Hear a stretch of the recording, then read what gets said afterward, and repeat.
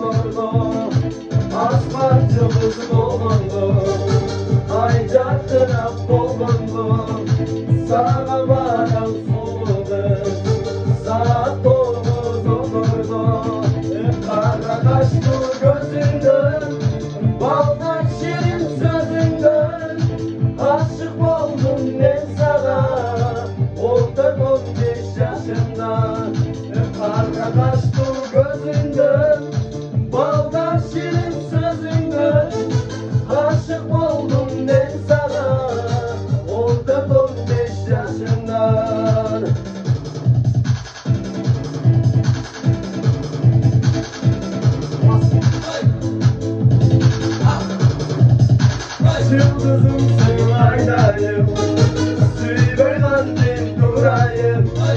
Sevmeyeceğim görgündür, mutluluğumun ardayım. Evet yıldızım senin aynayım, suyla kandim durayım.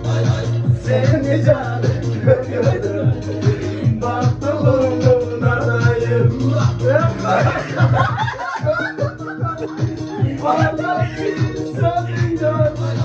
Aşık oldum ben sana, gördüm 15 yaşında.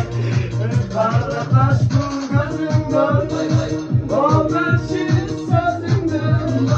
Aşık oldum ben sana, oradan 15 yaşında. Oradan 15 yaşında.